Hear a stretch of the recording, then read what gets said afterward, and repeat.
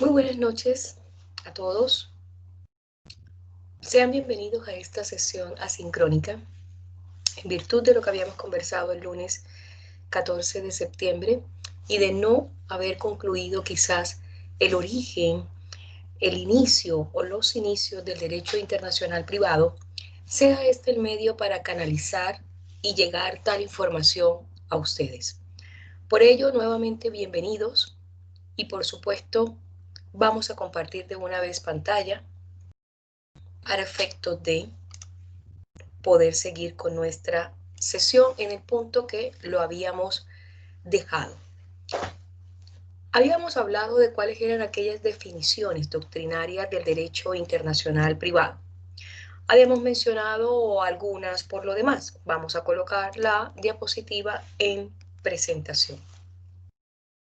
Y para ello, en el caso que nos focalizamos en nuestro código de Bustamante, nos manifiesta que es el conjunto de los principios que determinan los límites en el espacio de la competencia legislativa de los estados cuando ha de aplicarse normas jurídicas que puedan estar sometidas a más de una legislación. Si vemos el concepto, por supuesto, como todo derecho está sustentado en unos principios rectores, este no es la excepción como tal, pero que de una u otra manera el derecho internacional privado se ha caracterizado por ser también un derecho de carácter interno estatal. Y que de una u otra manera, cuando entra en conflicto con una norma jurídica o cuando entra en conflicto con otra legislación, él aparece para dar presencia al concepto o al contexto internacional como tal. El derecho internacional privado, uno de sus grandes objetivos, como ya lo hemos conversado, es determinar la ley competente aplicable cuando se produce un conflicto de leyes, siendo solucionado dicho conflicto por medio de la aplicación de sus normas. Reitero, el derecho internacional privado casi que es un determinador de la norma, que simplemente nos dice, esta es la norma que hay que aplicar conforme a los factores o elementos que ya veremos mucho más adelante y que nos va a determinar en los distintos espacios del derecho. ¿A qué me refiero específicamente? Al espacio de familia, al espacio del derecho comercial, al espacio del derecho sucesorio, al espacio del derecho procesal penal. Cada país tiene su propio sistema de derecho internacional privado y por ello hay normas que rigen los actos jurídicos en cuanto a su forma, el fondo y los efectos. Si nos vamos, por supuesto, a Europa, la aplicación no va a ser el Código de Bustamante, la aplicación va a ser la Convención de Roma. En América Latina predomina, por supuesto, el Código de Bustamante. Hoy en día los países, señores y señoras, han tendido a armonizar los criterios aplicables a determinadas situaciones. Los jueces resuelven estos conflictos de leyes aplicando en primer término su propio derecho privado. Posteriormente, apelarán al derecho internacional privado. Por ende, para hacer una suerte de conclusión en cuanto a la definición, que es lo que nos atañe en esta presentación de diapositiva, y que ya veremos los diferentes protagonistas, entre esos Niboyet. Niboyet, que inicialmente asumió que el derecho internacional privado pertenecía al ámbito del derecho público. Cuestión que evidentemente, si vemos su naturaleza y su escenario de aplicación y su ámbito de aplicación, sí está en la razón. Porque se centra en la nacionalidad de los individuos, porque determina los derechos que gozan los extranjeros, porque resuelve los conflictos de leyes referentes al nacimiento o extensión de los derechos, y porque lo que estamos mencionando orbita en el ámbito del derecho público. No podemos obviar que el derecho internacional privado, reitero, va a solucionar los conflictos de leyes determinando la legislación aplicable sin intervenir respecto del fondo de la relación jurídica de que se trate. A su vez, también resuelve los conflictos de competencia judicial o de jurisdicción, determinando cuál es el juez competente y también determinando el cumplimiento de sentencias extranjeras. a través de esta denominada figura el exequatur. El reconocimiento y ejecución de sentencias extranjeras es la materia, yo pudiese decir, más importante que regula el derecho internacional privado. Y como lo ha mencionado Niboyet, soluciona los conflictos de nacionalidad y la situación jurídica de los extranjeros. Entonces vamos a sentar una definición para que tengamos esa claridad. El derecho internacional privado es el conjunto de normas y reglas que tiene por objeto solucionar los conflictos de leyes determinando la legislación aplicable, sin intervenir respecto del fondo de la relación jurídica de que se está entrabando o tratando. A su vez, también resuelve los conflictos de competencia judicial, determinando cuál será el juez competente o a cargo, y también determinando la aplicación del exequatur. Lo habíamos conversado en anterior momento o en inicio, cuál era el origen del Código de Bustamante, y por supuesto hablaremos de cuáles son los antecedentes históricos del derecho internacional privado. En tratándose de que dejaremos solamente para nuestra próxima sesión hablar y conversar sobre las características y las fuentes del derecho internacional privado. Y por supuesto, a partir de ahí, nuevamente daremos un breve paseo o un breve recorrido sobre el origen del derecho internacional privado, pero en cuanto a sus escuelas estatutarias y escuelas modernas, que sentaron las bases para el derecho internacional privado como tal. Y el Código de Derecho Internacional Privado, o también conocido como Código de Bustamante, no podemos tampoco obviar en decir o en manifestar, como ya es conocido, que es un tratado que pretendió establecer una normativa común para América sobre el derecho internacional privado, sobre las relaciones entre los particulares relacionados o interrelacionados con el contexto internacional.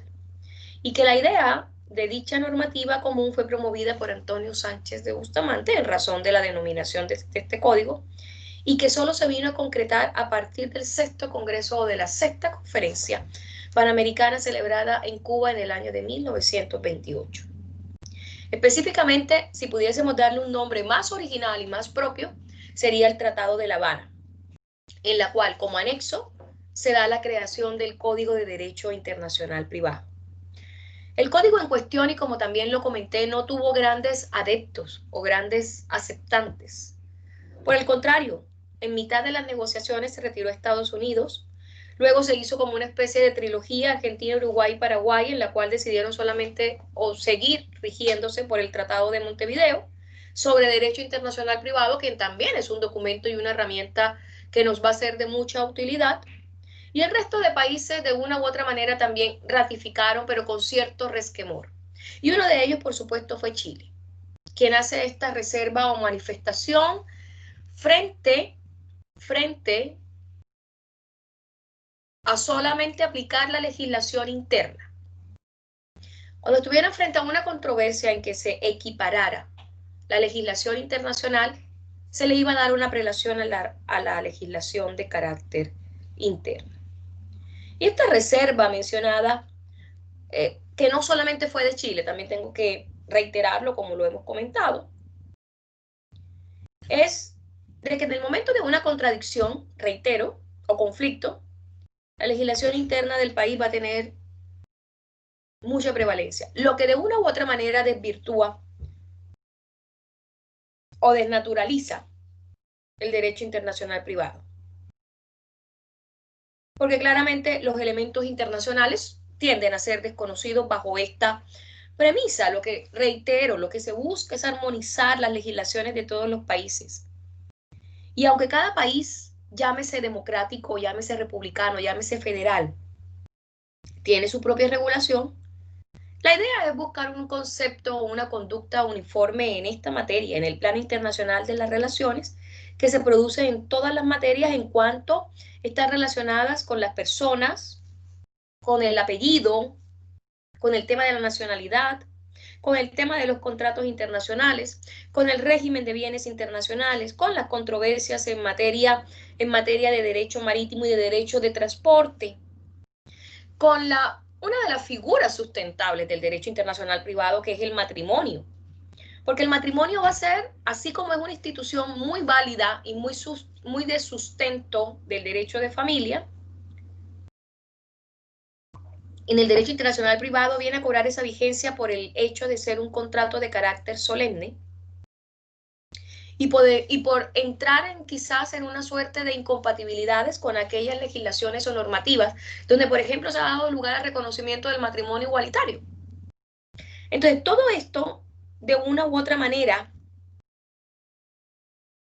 hacen que sea el derecho internacional privado, en el caso de Chile, una suerte de derrotero y direccionamiento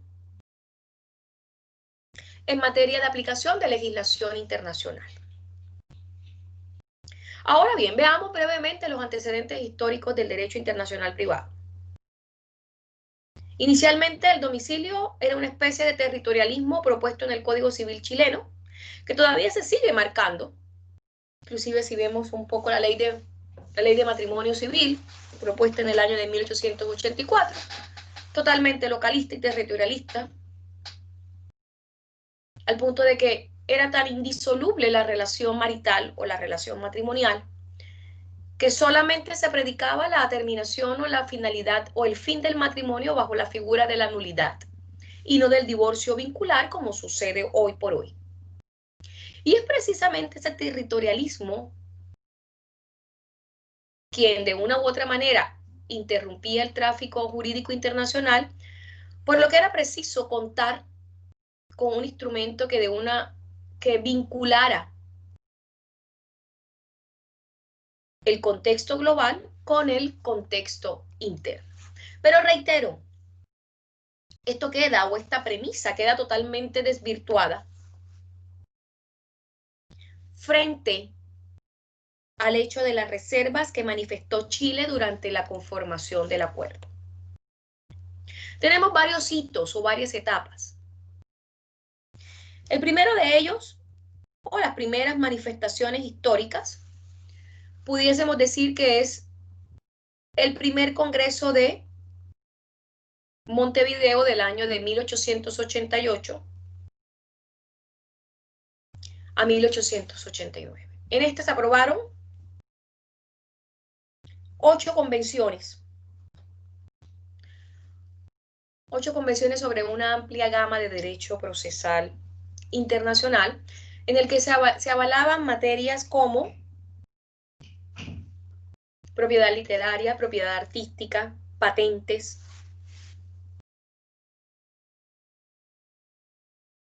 y de una u otra manera, marcas de comercio, todo lo relacionado con propiedad intelectual. Sumado también al aspecto de derecho penal internacional, la autonomía de las profesiones libres, derecho de bienes internacional, derecho civil, derecho comercial, en el cual inicialmente participaron países como Argentina, Bolivia, Brasil, Chile, Paraguay, Perú y Uruguay.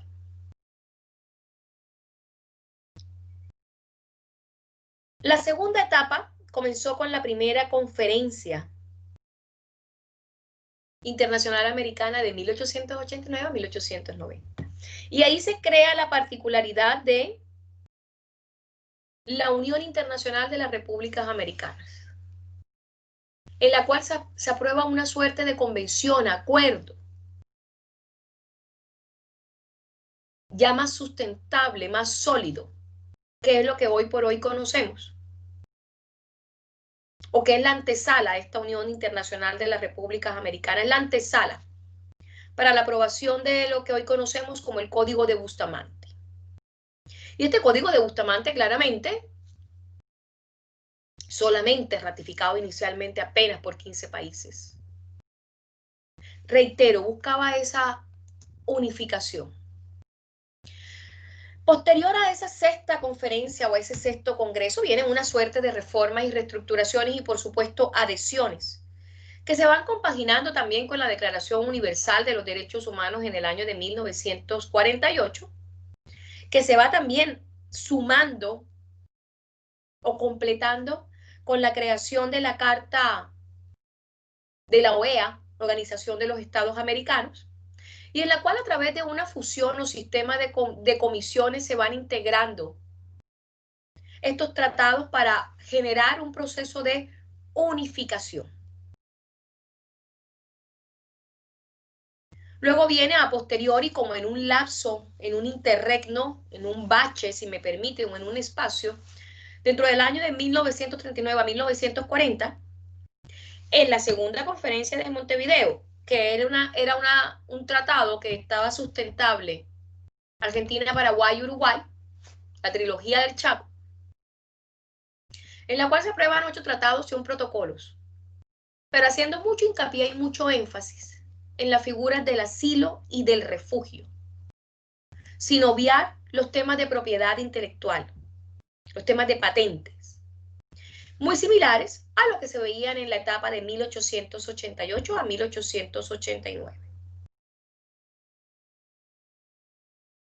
La cuarta etapa, posterior o durante el año de 1975 y posterior, puesto que la última celebración fue en el año de 2002, ya se renovaron y se aplicaron una suerte de nociones modernas, sobre todo en protección al consumidor, sobre todo en protección a las restituciones monetarias, sobre todo en cuanto al sistema de blockchain, sobre todo al sistema de garantías mobiliarias, que hacen que de una u otra manera se vayan perfeccionando. Y en el año 2002, claramente, aquí ya podemos hablar el perfeccionamiento del Código de Bustamante en cuanto a legislación o ámbito de aplicación y la jurisdicción internacional, ampliando también el espectro a los asuntos en materia de responsabilidad civil extracontractual por daños ocasionados por contaminación transfronteriza. Se amplía también el sistema tecnológico en cuanto a materia de documentos y firmas electrónicas, en los sistemas de transporte modernizados, la Carta de Porte Interamericana para el Transporte Internacional de Mercancías por Carretera, y por supuesto se va perfeccionando la ley de materias mobiliarias o de garantías en materia mobiliaria. El objeto del derecho internacional privado, claramente son 3 los fundamentos: solucionar el conflicto de leyes, resolver los conflictos de competencia judicial y solucionar los conflictos de nacionalidad y situación jurídica de los extranjeros. Si bien esta cápsula tenía por objeto mostrarles o concluir la historia del derecho internacional privado y la historia también del Código de Bustamante como su directo y principal instrumento de aplicación, no podemos obviar, por supuesto, el objeto de esta área y las características que ella tiene. Ya las profundizaremos en nuestra próxima sesión, pero siempre es puntual, siempre es acorde decirla. Rige para las relaciones entre particulares, ya sea personas naturales o jurídicas. Sus normas son eminentemente territoriales y esa es la razón prevalente de su localía, porque obligan solamente a los que habitan y residen en un territorio determinado. No así, no obstante, no sucede con el derecho internacional público. Sus normas son de carácter positiva, impositivas, pese a que deviene del acuerdo o de la configuración o conformación de los tratados en materia internacional sobre las materias que ya comentábamos y que regulan asuntos particulares o dentro del ámbito del derecho privado. Sus normas son de carácter atributivo y es una de sus características principales. ¿Por qué razón? Porque la regla de conflicto o la norma en que entra en conflicto, que ya lo entenderemos un poco más adelante, atribuye una competencia a una determinada ley. O sea, la atribución de la competencia no va directamente hacia el juez, va directamente determinada hacia qué aplicación legal qué norma debemos aplicar. Y sus normas son de remisión, porque si bien tienen su origen en el derecho interno de cada estado, siempre nos va a remitir al contexto internacional. Para ello, pudiésemos decir también, pero ya lo veremos en nuestra clase en relación con las características, que es un derecho, por supuesto, eminentemente privado, que es un derecho eminentemente estatal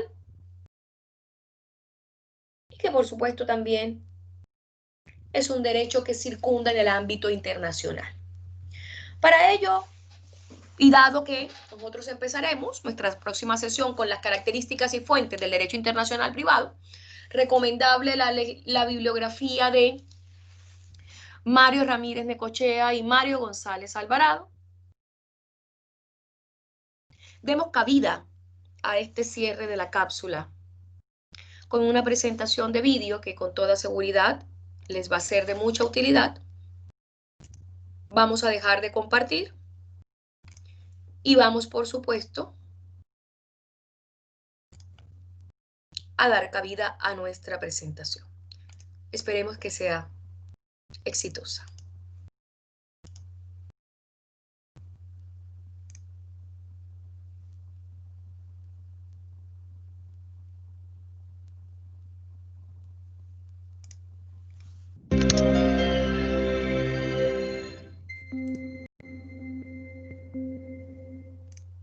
Hola, mi nombre es Ana Crespo y os doy la bienvenida a la asignatura Derecho Internacional Privado que vais a cursar a lo largo del primer cuatrimestre.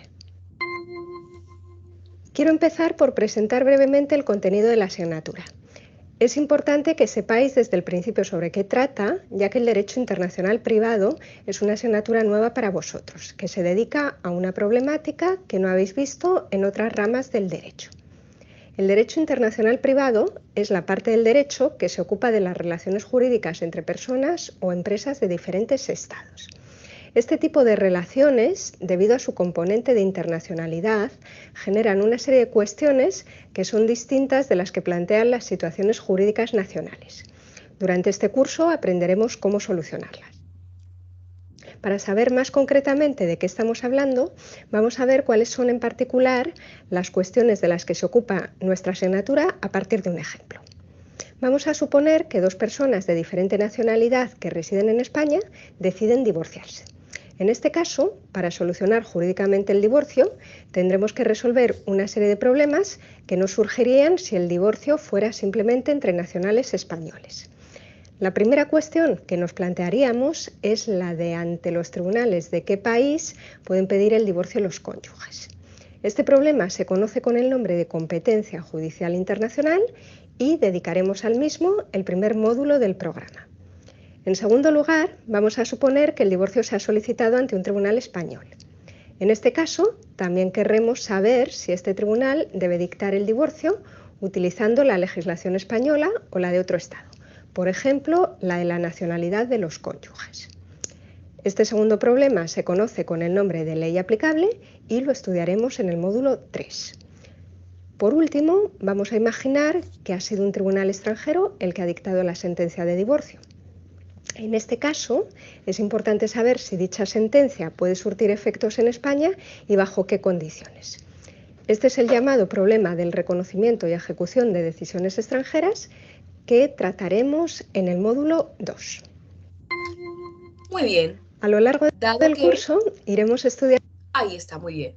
Dado que solamente nos interesaba cuál era el ámbito en el cual circunda el derecho internacional privado, reitero, dejo la bibliografía del autor Mario Ramírez Necochea, del profesor también Mario González Alvarado, y también dejaré en el contenido del aula virtual una presentación, un vídeo expuesto por la Educación Nacional a Distancia de la Universidad Pública de Madrid, a donde nos incorpora cuáles son los desafíos que tiene el derecho internacional privado y, por supuesto, la relación directa con los procesos internacionales hoy por hoy. Creo que les va a ser de mucha utilidad, sobre todo para entender el contexto en el cual se maneja y funciona el derecho internacional privado. No así también les había comentado que recientemente había escuchado una conferencia de un docente de la Universidad de Valencia y que de una u otra manera me agradó, me clarificó. Uno nunca termina de aprender sobre todo el contexto o toda la política o todo el escenario territorial, la ley local, la ley nacional, como prima, por supuesto, respecto de la aplicación del derecho internacional privado en Chile. Nos veremos en nuestra próxima sesión. Tengan unas muy buenas fiestas patrias y, por supuesto, entraremos a las características y fuentes del derecho internacional privado. Un saludo para todos.